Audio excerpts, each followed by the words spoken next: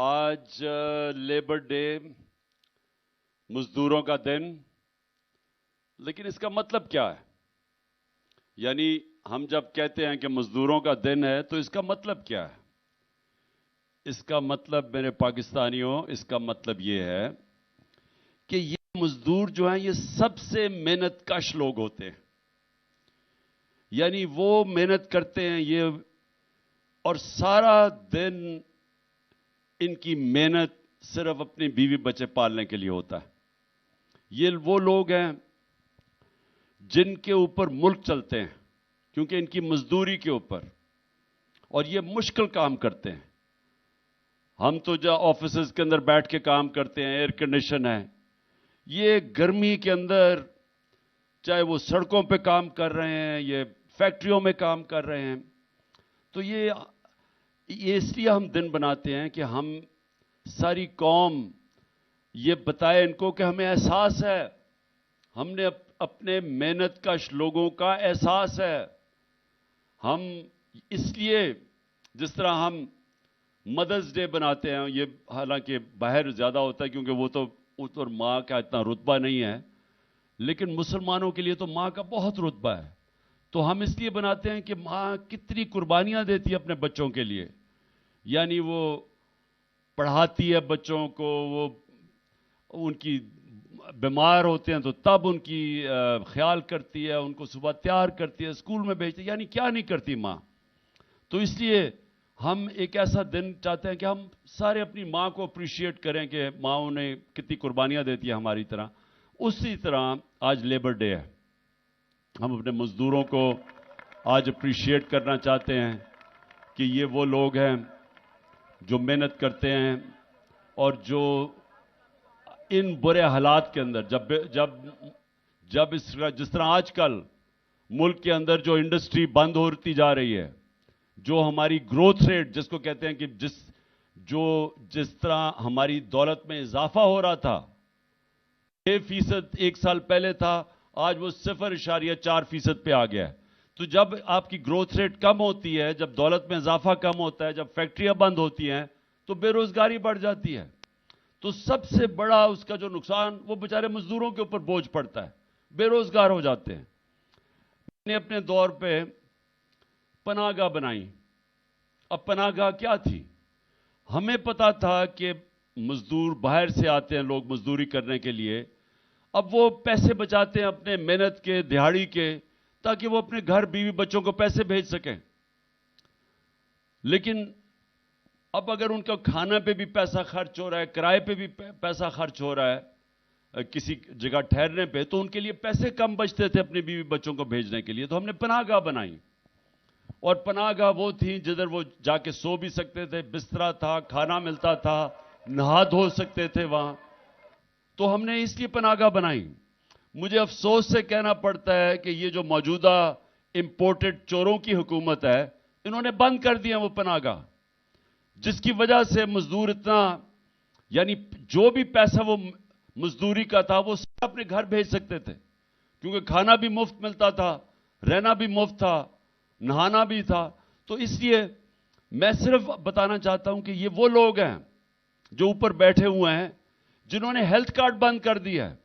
آپ یہ سوچیں کہ مزدوروں کے لیے کتنی بڑی چیز ہے. ہم نے جو صحت کارڈ دیا تھا کہ ہر خاندان کے پاس 10 لاکھ روپیہ ہیلتھ انشورنس تھی، ہر خاندان کے پاس، کہ وہ کسی بھی ہسپتال میں اپنا علاج کروا سکتے تھے. مطلب یہ کہ اگر ایک سرکاری ہسپتال میں وہ علاج نہیں ہوتا تھا، وہ جا کے پرائیویٹ ہاسپٹل میں کروا سکتے تھے.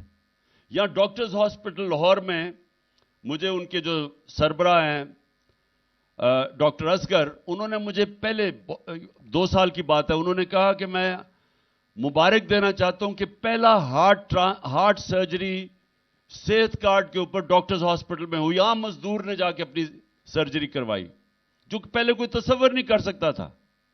کوئی مزدور تصور نہیں کر سکتا تھا کہ پرائیویٹ ہاسپٹل میں جا کے اپنے دل کی سرجری کروائے. تو ہماری ہیلتھ انشورنس کی وجہ سے اس نے جا کے مفت اپنی سرجری کروائی ایک پرائیویٹ ہاسپٹل میں. آج پختونخوا میں تو بند کر دیا ہے صحت کارڈ انہوں نے، اس حکومت نے. اور دوسرا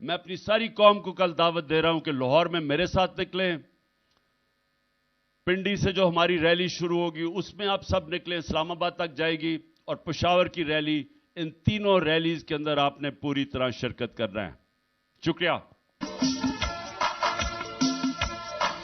مزدور بھی ہم اس کے، دہقان بھی ہم اس کے، مزدور بھی ہم اس کے، دہقان بھی ہم اس کے، اللہ کی رضا سے ہیں نگہبان بھی ہم اس کے، اللہ کی رضا سے ہیں۔ مزدور بھی ہم اس کے، مزدور بھی ہم اس کے، دہقان بھی اس کے، اللہ کی رضا سے نگہبان بھی ہم اس کے۔ ماشاءاللہ یہاں پہ خواتین کی ایک بہت بڑی تعداد موجود ہے، میں چاہوں گا کہ آپ سب ان کے لیے بھرپور تالیاں۔ فیملیز، چھوٹے چھوٹے بچے، بزرگ، نوجوان یہاں پہ موجود ہیں، اپنے کپتان کے ساتھ اظہار یکجہتی کر رہے ہیں، اور ایک نعرہ ہم لگائیں گے، پاکستان کے مزدور، پاکستان کے مزدور، اور آئین بچاؤ ملک بچاؤ، آئین بچاؤ، آئین بچاؤ، آئین بچاؤ، آئین بچاؤ، زندہ باد۔ اب آگے بڑھیں گے، قرآن دازی ہو چکی، سوالات آپ کے نام جو ہیں وہ نکل چکے۔ آپ کریں گے یہ کہ خواتین کی سائٹ سے جو سوال ہیں وہ یک بعد دیگرے ہم لیں گے، تینوں سوال، اور عمران خان صاحب پھر آپ کو کمبائن جواب دیں گے، اور پھر ہم جینٹس کے سوالات بھی لیں گے، اور ایک سوال خان صاحب آج جو لیبر ونگ کے یہاں پہ آئے ہوئے ہیں لوگ، ان میں سے ایک سوال ہوگا، اور 3 سوالات کی قراردادی ہو چکی، یہ ہم کریں گے تھوڑی ہی دیر میں۔ آپ کے سوالات کی طرف آتے ہیں، لیکن اس وقت میں درخواست کروں گا نجم شیراز سے کہ وہ تشریف لائے اور ابرار الحق